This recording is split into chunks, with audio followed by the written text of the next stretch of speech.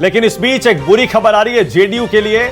उनके 6 मंत्री पीछे चल रहे हैं। 6 मंत्री, नीतीश सरकार के 6 मंत्री, इसमें बीजेपी के कितने हैं ये देखना है, लेकिन नीतीश सरकार के 6 मंत्री अपनी अपनी सीटों से पीछे चल रहे हैं और यह भी एक संकेत हो सकता है। हालांकि कुल मिलाकर जो आंकड़े हैं उसमें एनडीए आगे है, लेकिन नीतीश सरकार के 6 मंत्री पीछे चल रहे हैं, उसमें भी क्या कोई संकेत छुपा हुआ है? अभय दुबे 128 पर एनडीए है, आप 104 पर हैं, महागठबंधन। अभय दुबे क्या कितनी देर और इंतजार करेंगे जब आपको लगेगा कि अब बस हो गया, देर हो गई? देखिए मानक जी, आज अभी जो सच सामने है उसको तो स्वीकारना ही चाहिए, मगर आप अगर 2015 की काउंटिंग देखेंगे तो लगभग इसी स्तर पर जब 15-20% वोट काउंट हुए थे तो एनडीए को काफी आगे बताया जा रहा था। लेकिन बाद में जैसे जैसे काउंटिंग आगे बढ़ी तो वो पासा पलट गया।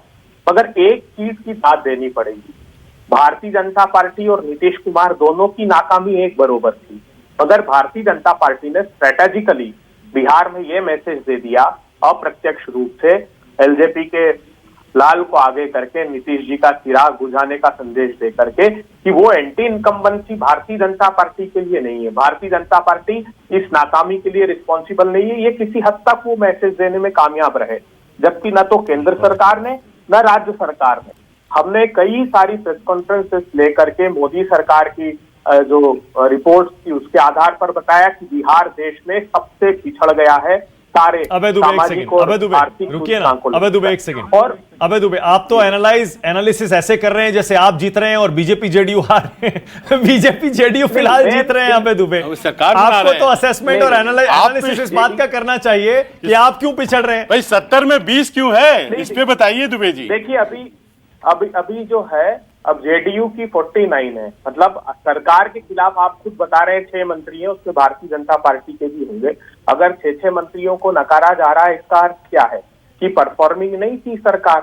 हाँ, लेकिन मैं अभी भी आशान्वित हूँ कि क्लोज कॉन्टेस्ट होगा और हम लोगों का नंबर काफी बढ़ेगा, क्योंकि 70 के लगभग सीटें अभी ऐसी है जिस पर 1000 वोटों का अंतर है और 70% अभी वोट गिनने बाकी है। 4.5 करोड़ में से 50, 60, 70 लाख वोट काउंट हुए हैं। तो मुझे लगता है कि पिछली बार की तरह ये दोहराया जाएगा और खरगोश और कछुए की रेस आपने सुनी होगी, वो मुझे लगता है एंड ऑफ द डे परिलक्षित। मैंने मान लिया, चलिए। लेकिन अभय दुबे, अगर यही ट्रेंड रहता है, इतना तो हम अज्यूम तो कर सकते हैं ना, क्योंकि ये तो आंकड़े हैं और ये आंकड़े एग्जिट पोल या ओपिनियन पोल के नहीं है, ये चुनाव के जो नतीजे हैं उसके आंकड़े हैं, उसके रुझान है।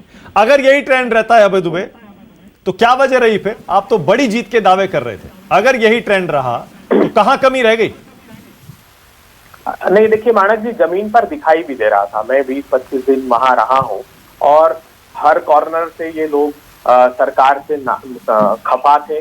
बेरोजगारी बड़ा मुद्दा थी, किसान सबसे बड़ा 80% एग्रेरियन इकोनॉमी है वहां की। आप हतप्रभ रह जाएंगे। रामविलास पासवान जी की रिपोर्ट मैंने पढ़ी तो पूरे देश में एकमात्र बिहार है जिसका जो प्रिक्योरमेंट है वो गेहूं का 0.08। नहीं, एक सेकंड, फिर ऑफ ट्रैक चले गए। नहीं, आप ऑफ ट्रैक चले गए। मैं ये पूछ रहा हूं आप क्यों नहीं जीत पाए? आप बता रहे हैं कि बीजेपी और जेडीयू का प्रदर्शन खराब था, उनकी सरकार का।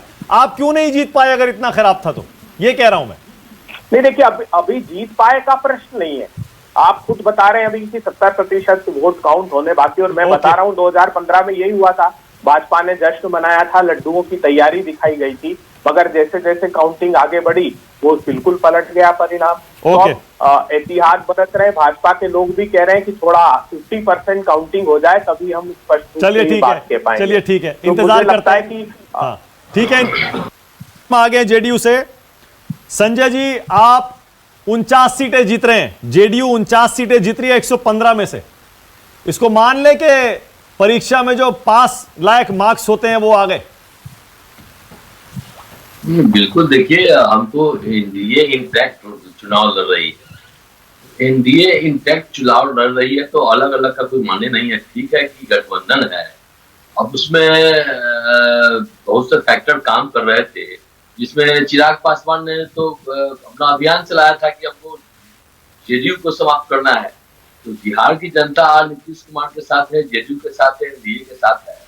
कोई व्यक्ति चाह कर कहीं कोई प्रमाणित नहीं कर सकता है। ठीक है, कुछ सीटें कम अभी आई हैं, लेकिन अभी तो 25% से अधिक ज्यादा अभी मतगणना नहीं हुआ है। अभी आने वाला समय बताएगा कि हम कितना पीछे हैं। हाँ। लेकिन ये जरूर है कि चिराग पासवान अपने घर को जलाने में कामयाब। अच्छा, लेकिन ठीक है, चलो ठीक है, ओके, मान लिया, मैंने मान लिया चलिए कि चिराग पासवान एलजेपी का फैक्टर है, लेकिन संजय जी सुनिए ना, ओके, लेकिन संजय जी सुनिए ना, नीतीश कुमार को क्या 50 सीटों के साथ 243 विधानसभा की स्ट्रेंथ वाली एक असेंबली का नेता बनना चाहिए क्या? 243 में से 50 लेकर क्या मुख्यमंत्री बनना चाहिए क्या नीतीश कुमार? देखिए, ये तो नेता नीतीश कुमार जी को तय करना है। मुख्यमंत्री बनने के लिए कभी उन्होंने नहीं कहा कि मुझे ही भारतीय जनता पार्टी या एनडीए मुख्यमंत्री बनाए। एनडीए के नेताओं ने घोषणा किया है कि चाहे सीटों की संख्या जो हो, मुख्यमंत्री बिहार के श्री नीतीश कुमार बने। नहीं, पर नीतीश कुमार को क्या बनना चाहिए? अभी तक तो नैतिक तौर पर बहुत मजबूत रहते थे वो, उनके नाम पर वोट पड़ता था और उनके नाम पर बहुमत लेकर आते थे। अब छोटे भाई बन जाएंगे एनडीए में, और वो भी इस हालत में कि 243 में से 50 सीट, जो कि 30% होती है। इन बातों का जवाब स्वयं नेता देंगे और नेतृत्व वर्ग देगा।